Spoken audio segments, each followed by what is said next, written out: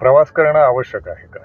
तर याच्याबद्दल माझी दोन मतं आहेत. एक, जे ओरिजिनल ज्ञानी आहेत, ज्यांना जगण्याचं सम्यक ज्ञान आहे, त्यांनी अजिबात प्रवास नाही केला तरी चालतं.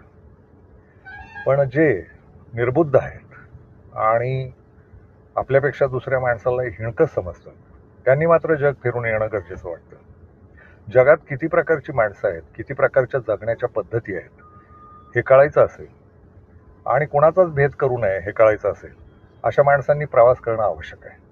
आपलं गाव सोडून जाणं, दुसऱ्या तालुक्यात जाणं, दुसऱ्या जिल्ह्यात जाणं, दुसऱ्या राज्यात जाणं, दुसऱ्या देशात जाणं, हे ज्यांना जमेल त्यांनी केलंच पाहिजे.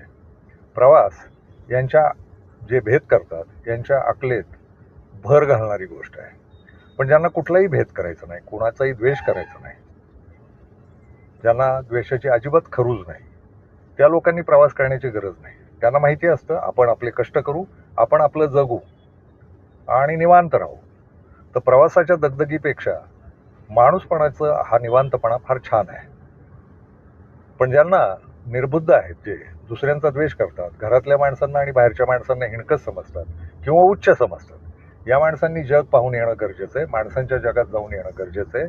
नवी नवी ठिकाणं पाहणं आणि ठिकाणांपेक्षा तिथली माणसं पाहणं जास्ती गरजेचं आहे असं मला वाटतं.